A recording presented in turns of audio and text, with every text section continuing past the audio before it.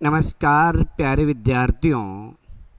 आज अपन अंतर्राष्ट्रीय जो क्रोनोलॉजी है, बहुत ही अच्छी बुक आती है एक करंट अफेयर की। आपको तस्वीर में दिख भी रही होगी। ये जो बुक है इसी महीने की है, जून 2026 की क्रोनोलॉजी है। अंतर्राष्ट्रीय क्रोनोलॉजी इस समय प्रतियोगिता परीक्षाओं में से इसमें से क्वेश्चन आ रहे हैं सीधे के सीधे। तो अपन इसके टॉप 25 एमसीक्यू क्वेश्चन हल करने वाले हैं। टॉप शानदार प्रश्न जो हैं 25, और वो भी केवल लेंगे अंतर्राष्ट्रीय परिदृश्य से। जो अंतर्राष्ट्रीय परिदृश्य है उससे हम ये प्रश्न लेने वाले हैं। अब आप तैयार हो जाइएगा। अगर आप इस महीने की क्रोनोलॉजी लेकर आ गए हो तो पहले प्रश्न आप देखिएगा किस प्रकार के प्रश्न पूछे जाते हैं।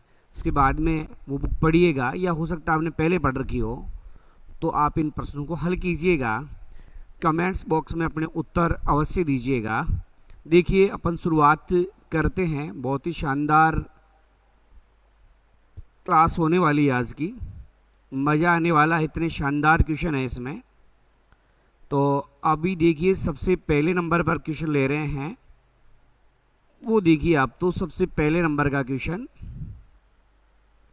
और ये है मई 2026 में क्वाड विदेश मंत्रियों का उच्च स्तरीय एक बैठक का आयोजन हुआ है। ये कहाँ हुआ है? देखो क्वाड क्या है, तो 4 देशों का एक समूह है। कितने देश है इसमें? 4 हैं। एक अपना भारत है, एक ऑस्ट्रेलिया है,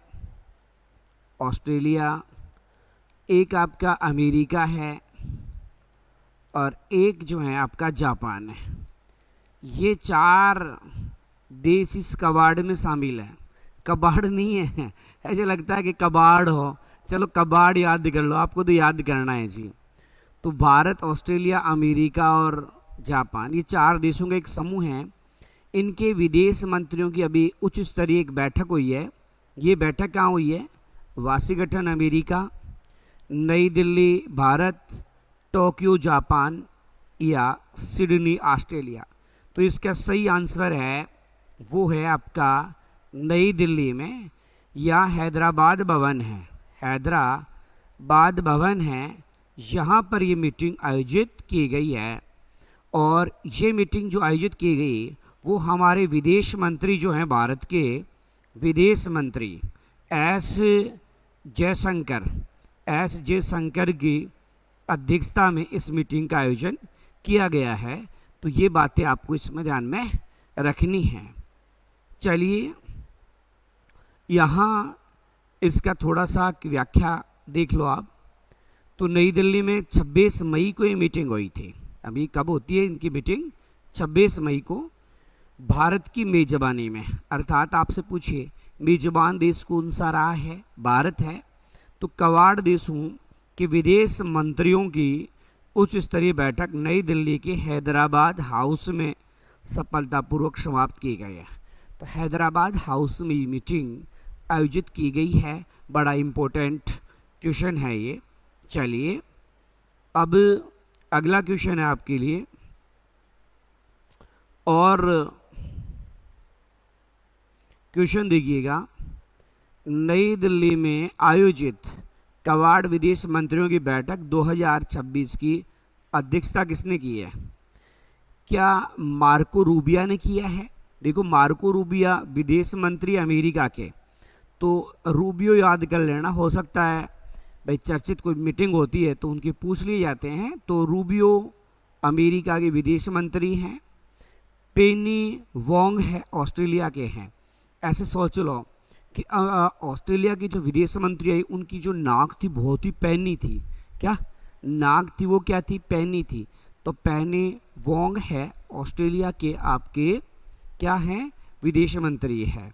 एस जयशंकर भारत के विदेश मंत्री है ही अपने, और एक जापान के विदेश मंत्री है तोशी मित्सु मोतेगी। आप इसका नाम है ना, इसको थोड़ा सा स्टाइल से बोल के याद कर लो। नाम देखो क्या है? मोतेगी। कौन? मोतेगी। तो जापान की विदेश मंत्री जो है मोतेगी हैं, इनके नाम थोड़े अटपटे होते हैं भाई, मोतेगी मोतेगी, बताइए क्या नाम है। अपने इंडिया में राजस्थान में तो कुछ और ही शब्द होता है इसका, है ना।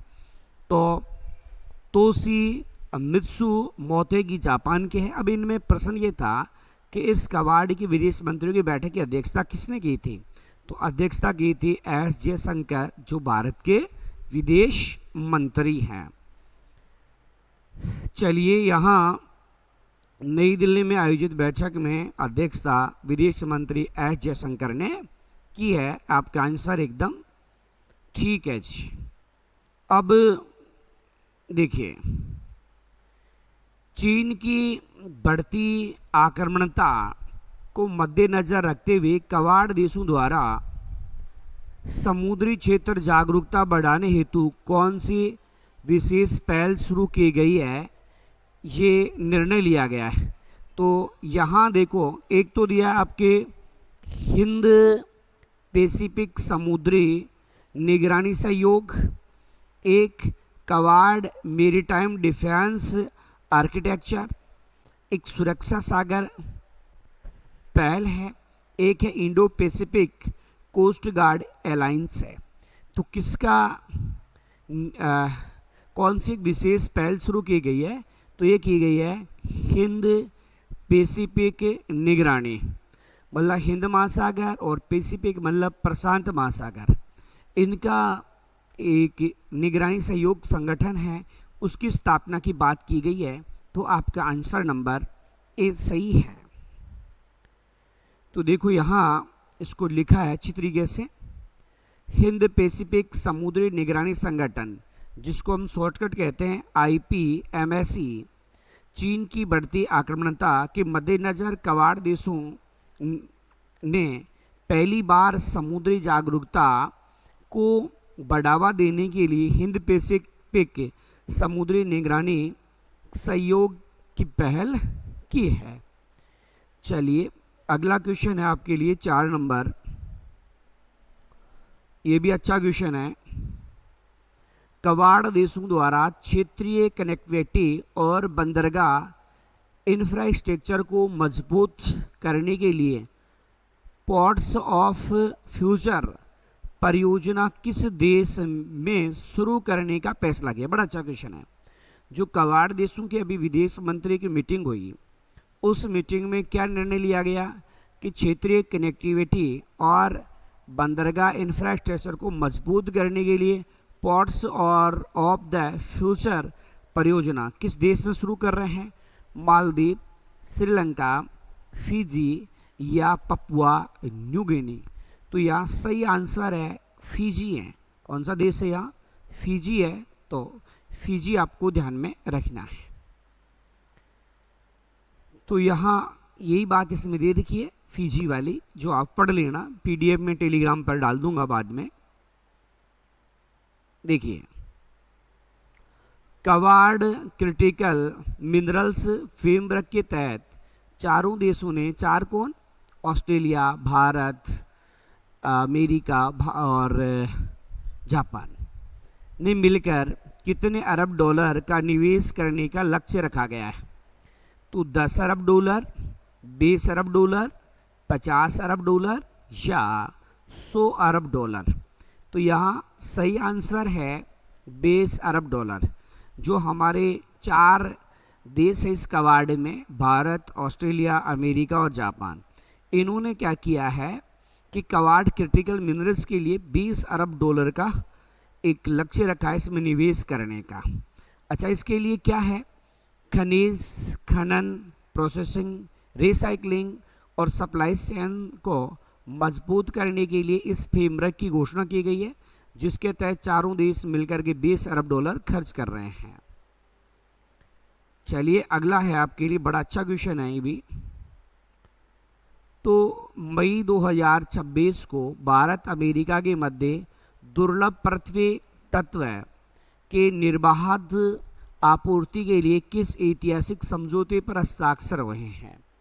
तो Bharat America rare earth pact, strategic critical minerals cooperation framework और इंडो US माइनिंग एग्रीमेंट या क्रिटिकल एलिमेंट्स सिक्योरिटी इंस्टीट्यूट।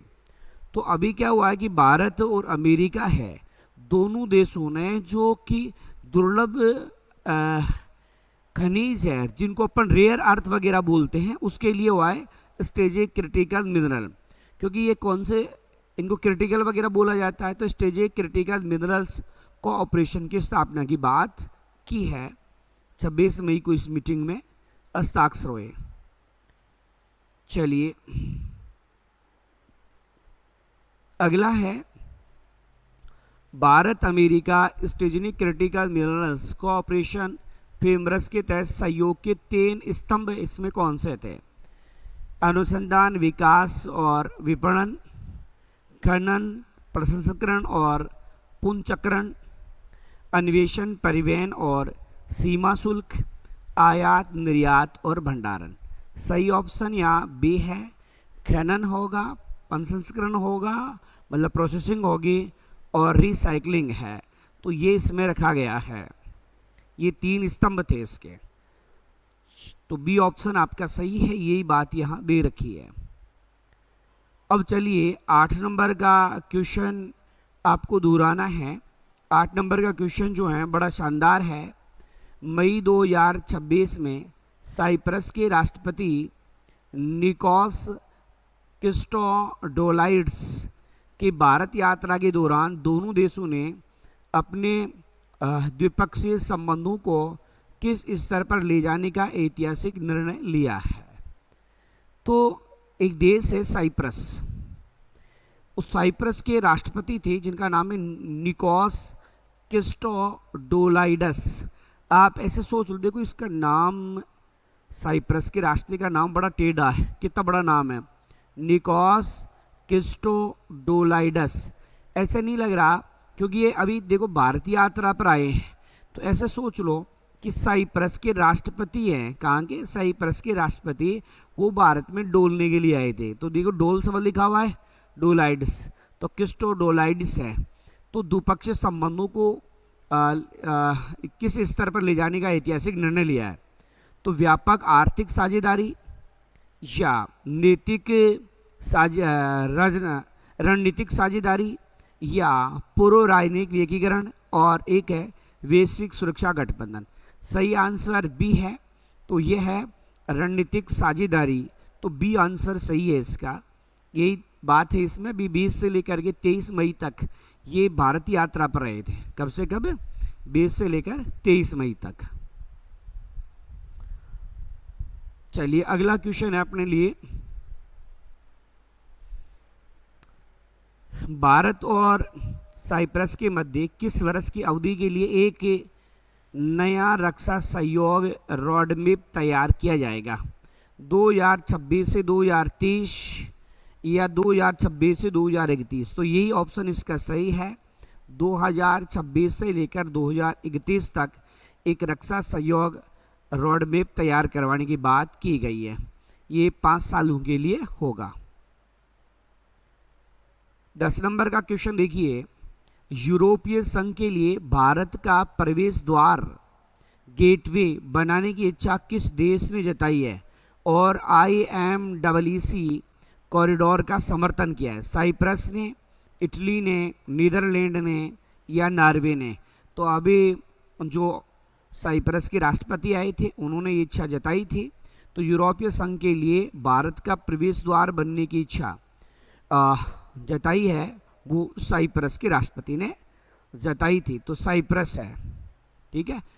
तो साइप्रस ने भारत मध्य पूर्वी यूरोपीय आर्थिक कॉरिडोर IMEC को अपना मजबूत समर्थन दिया है और इसमें यूरोप के लिए प्रवेश द्वार बनने की इच्छा बताइए। चलिए, भारत अपनी स्वास्थ्य पहल के तहत किस देश को पोर्टेबल अस्पताल का उपहार देगा? पोर्टेबल हॉस्पिटल ये होता है कि इस हॉस्पिटल को आप कहीं भी ले जा सकते हो। इस हॉस्पिटल को क्या कर सकते हो? कहीं भी ले जा सकते हो। मान लो आप पहले राजस्थान में, इसको MP में आवश्यकता पड़ गई, वहाँ बाढ़ आ गई, तो ऐसा हॉस्पिटल है कि यहाँ से उठा करके सीधा कहाँ ले जा सकते हो? MP ले जा सकते हो। तो भाई ऐसा हॉस्पिटल किसी को दोगे, किसको दोगे आप? तो इसको फिजी को दोगे, साइप्रस को दोगे, वियतनाम को दोगे या दक्षिणी कोरिया को?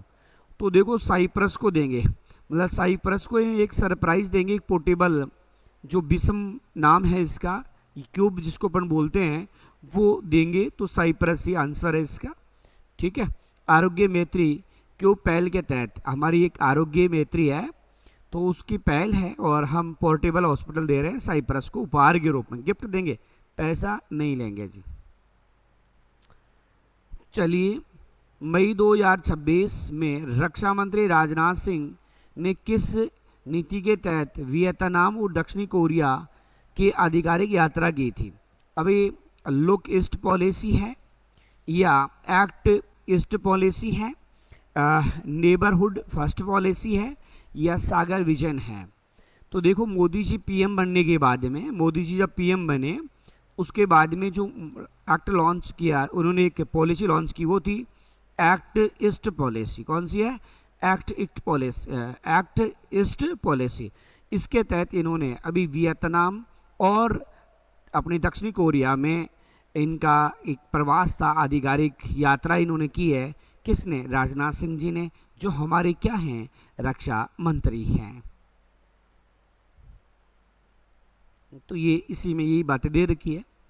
चलिए अगला है, रक्षा मंत्री हमारे राजनाथ सिंह की वियतनाम यात्रा के दौरान वियतनाम वायुसेना के अधिकारी महाविद्यालय में भारतीय सहायता से कौन सी प्रयोगशाला स्थापित होगी? साइबर सुरक्षा, रोबोटिक अनुसंधान लैब, भारत मतलब भाषा प्रयोगशाला और ड्रोन टेक्नोलॉजी लैब। तो सही आंसर है लैंग्वेज लैब स्थापित होगी, अर्थात यहाँ पर भाषा प्रयोगशाला स्थापित होगी। कहाँ? वियतनाम में वायुसेना अधिकारी महाविद्यालय में। चलिए अगला क्वेश्चन है आपके लिए, 14 नंबर का क्वेश्चन देखिए। मई 2026 को युद्ध स्मारक का उद्घाटन कहाँ किया?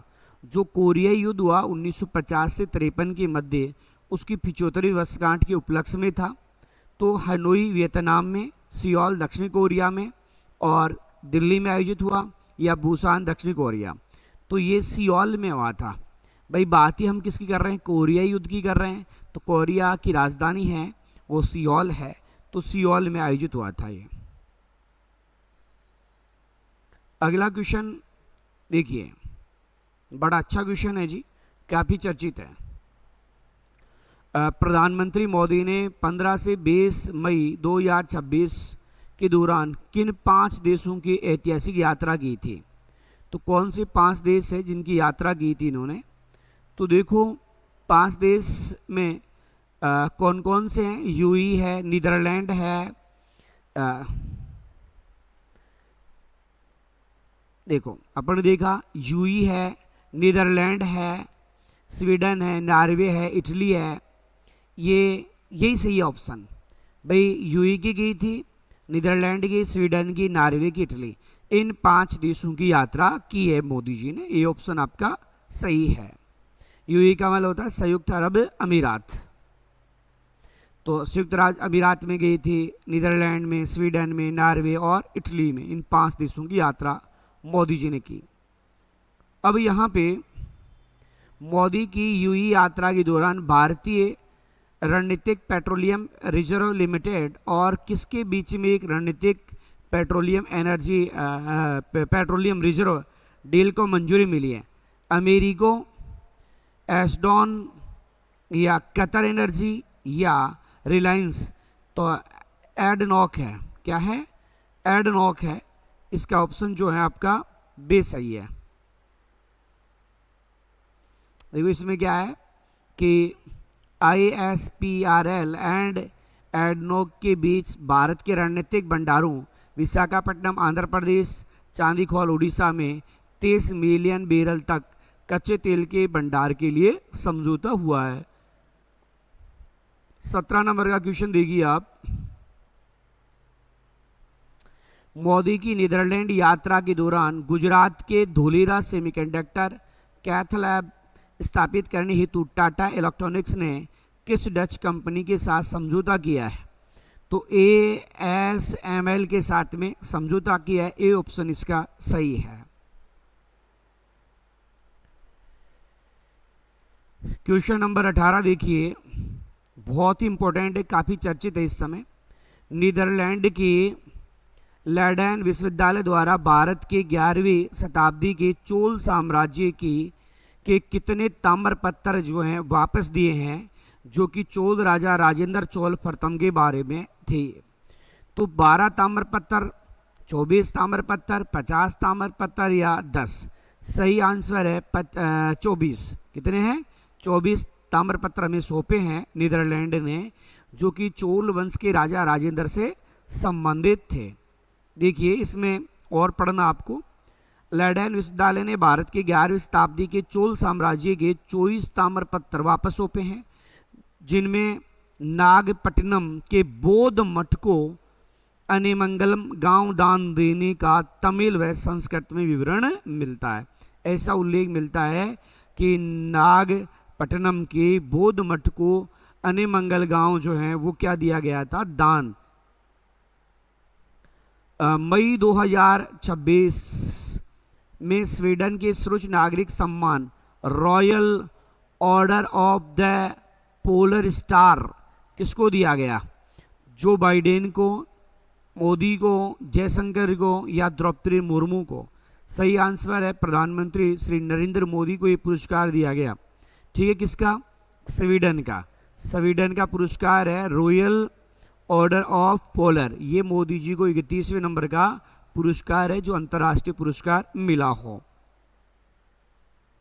देखिए, तो मोदी को स्वीडन के सर्वोच्च नागरिक सम्मान royal order of the star degree commander grade को से सम्मानित किया गया, और ये सम्मान पाने वाले मोदी जी पहले भारतीय हैं। चलिए अगला है, नॉर्वे के सम्राट हेराल्ड पंचम द्वारा पीएम मोदी को मई 2025 में किस सम्मान से सम्मान दिया? देखो किसकी बात हो रही है? नॉर्वे की।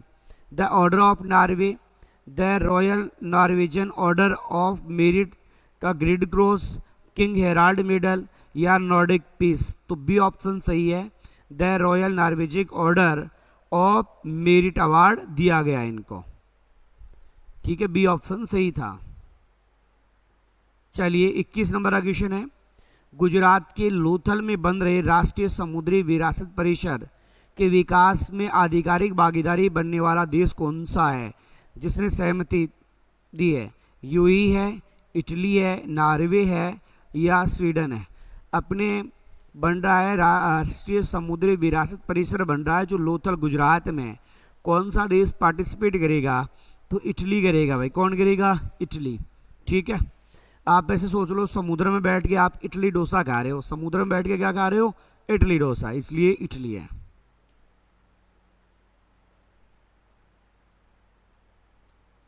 चलिए 25 से 22 क्वेश्चन पर आ चुके हैं अपन, 2-3 और हैं अपने पर्सन।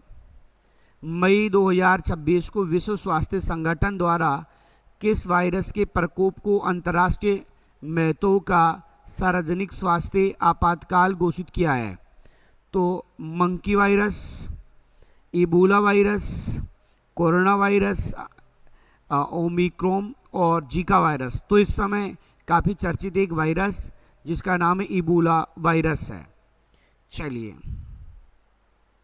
तो इबोला वायरस ध्यान में रखना है। अगला क्वेश्चन देखिए, वर्तमान में अमेरिका में फैल रहे इबोला वायरस का कौन सा उत्तरदायी स्ट्रेन सबसे दुर्लभ है, अत्यधिक संक्रमण और घातक माना गया है? ऐसा कौन सा स्ट्रेन है जो कि घातक है? तो जेरे स्ट्रेन या बुगियो स्ट्रेन, सूडान स्ट्रेन या रेस्टर्न स्ट्रेन? तो सही आंसर है बुगियो स्ट्रेन है इबोला वायरस का जो सबसे खतरनाक है। बी ऑप्शन सही था। चलिए 24 नंबर का क्वेश्चन देखिए, बड़ा इंपॉर्टेंट क्वेश्चन है। विश्व प्रेस स्वतंत्रता सूचकांक 2026 में कुल 180 देशों में भारत का कौन सा स्थान है? 150, 157, 161 या 142? सही आंसर है 157वां स्थान है। कौन सा स्थान है? 157वां। पिछली बार हमारा 151वां स्थान था। तो देखो इस बार 157 है, पिछली बार 151 था, मतलब 6 स्थान हम नीचे गिर गए हैं। बहुत ही इंपॉर्टेंट क्वेश्चन है। चलिए अगला क्वेश्चन है, हाल ही में किस देश ने 1000 किमी प्रति घंटा की संभावित रफ्तार वाली अपने ultra high speed maglev flying train का एडवांस स्टेज परीक्षण सफलतापूर्वक किया है? मतलब एक ऐसी कौन सा देश है जिसने अपनी ट्रेन का परीक्षण किया है, और वो भी 1000 किलोमीटर प्रति घंटा? वो भी जानते हो, देखो यहाँ जापान दिया है, चीन दिया है, जर्मनी दिया है और अमेरिका। यहाँ चीन है, ऐसा खुरापाती काम चीन ही कर रहा है भाई। ठीक है, 1000 किलोमीटर की अल्ट्रा हाई स्पीड ट्रेन चीन में है। चलिए, हमने आपको कहा था 25, लेकिन 25 की जगह 30% है, 5% बोनस आपके लिए। विश्व प्रेस स्वतंत्रता सूचकांक 2026 निम्नलिखित में से किस अंतर्राष्ट्रीय गैर सरकारी संगठन द्वारा जारी किया गया? Amnesty, reports without borders, transparency international और विश्व आर्थिक मंच। तो बी ऑप्शन इसका सही है, रिपोर्ट्स विदाउट बॉर्डर्स। चलिए बी सही है। अगला देखिए 27 नंबर का क्वेश्चन, विश्व प्रेस स्वतंत्रता सूचकांक 2026 के अनुसार शेष प्रदर्शन करने वाले राज्यों में, मतलब देशों में पहला स्थान किसका है? नीदरलैंड, नॉर्वे, एस्टोनिया या डेनमार्क? तो पहला स्थान किसका आता है? तो मतलब नॉर्वे का पहला स्थान किसका है? नॉर्वे का है। नानी से याद कर लो, नानी। पहला जो है वो नॉर्वे का है, दूसरा जो है वो नीदरलैंड का है, भूलोगे ही नहीं, है ना भाई। प्रेस स्वतंत्रता हो रही है, प्रेस का मतलब मीडिया। मीडिया में खबर किसकी आई है? तुम्हारी नानी की आई है, इसलिए नॉर्वे है 92.72 स्कोर के साथ पहले स्थान पर है। तो ये नॉर्वे है। अब देखो यहाँ पहला स्थान नॉर्वे का दे दिया, यहाँ 92.72, और सेकंड स्थान पर जो आता है नीदरलैंड है। नीदरलैंड तो 88.90 है, और तीसरे स्थान पर है एस्टोनिया है जो 88.54 है। ये 88.92 और ये 88.54 है, ज़्यादा अंतर नहीं है एस्टोनिया और नीदरलैंड में। चलिए 28 नंबर का क्वेश्चन है, विश्व प्रेस स्वतंत्रता सूचकांक 2026 में भारत का कुल स्कोर कितना है? 54.80 स्कोर, 31.96, 33.05 स्कोर या 13.85? तो यहाँ सही है 31.96 स्कोर है भारत का। अब आप देखो कितना बुरा हाल है हमारे मीडिया का, 31.96 स्कोर ही है हमारा, और हम इस श्रेणी में आ रहे हैं अत्यधिक सीरियस में आ रहे हैं। अत्यधिक सीरियस जो है, अत्यधिक गंभीर जो है ना, उसमें आ रहे हैं, वेरी सीरियस। अपने वाला मीडिया है वो वेरी सीरियस है भाई।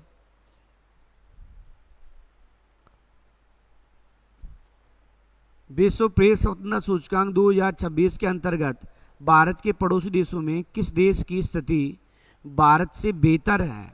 मतलब 87वें स्थान पर है। ठीक है, भारत से बेहतर, तो यहाँ 87 दे दिया, तो 87 में तो कौन आएगा? नेपाल। ठीक है, तो नेपाल है 87 स्थान पर है अपना, तो नेपाल है। पाकिस्तान की भी देखो अपने से ठीक है जी, 153 में पाकिस्तान है। भूटान भी ठीक है जी, 150 स्थान पे आ रहा है। श्रीलंका 134 स्थान पे आ रहा है। अपने वाला मामला गड़बड़ा रहा है ना। चलो लास्ट क्वेश्चन है, 180 देशों की सूची में सबसे अंतिम स्थान पर कौन है? तो सबसे अंतिम स्थान पर इरिट्रिया 180 पर। अंतिम स्थान प्रेस में 180 पर आता है, इरिट्रिया आता है। कौन आता है? इरिट्रिया अंतिम स्थान पर आ रहा है। देखो यहाँ अंतिम वाले याद कर लो, इरिट्रिया 180 स्थान पर आ रहा है, उत्तरी कोरिया 179 स्थान पर आता है, और इधर देखो चीन की भी हालत खराब है, चीन 178 पे आ रहा है। चीन 178, 3 लास्ट के खूब हैं याद करना। इरिट्रिया हो गया, फिर उत्तरी कोरिया हो गया, और उसके बाद में चीन हो गया। इस प्रकार से जो है अपन ने ये 30 प्रश्न हल किए हैं। देखो आप लोग क्या करते हो, आते हो वीडियो देखते हो चले जाते हो, हमें भी एक प्रकार की मोटिवेशन की आवश्यकता पड़ती है। तो आप लाइक अवश्य किया करो भाई। भाई लाइक करने में आपका क्या जाता है, इससे हमें थोड़ा मोटिवेशन मिलता है। वीडियो को लाइक कर दिया, 20 सेकंड भी नहीं लगेगी, शेयर कर दिया, और आपको वीडियो कैसा लगता है, कितना फ़ायदेमंद हुआ, तो कमेंट्स जो बॉक्स है उसमें एक लाइन लिख दो आप। तो एक लाइन लिखोगे, इससे क्या होगा कि हमें थोड़ा मोटिवेशन मिलता है और हम अच्छे वीडियो आपके लिए बनाएंगे। अगर आप बढ़िया तरीके से सहयोग करते हो तो हम पूरी क्रोनोलॉजी आपको MCQ के रूप में करवा देंगे। लगभग इसमें से 500 से 700 क्वेश्चन मैं आपको करवा दूंगा। लगभग 500 से 700 क्वेश्चन अगर क्रोनोलॉजी करवा दिए तो फिर कोई प्रश्न बचता ही नहीं है, आसानी से आप कर पाओगे। तो उम्मीद करता हूँ आप ऐसा करोगे, नहीं करोगे तो भाई क्या कर सकते हैं फिर उसमें। Okay, thank you.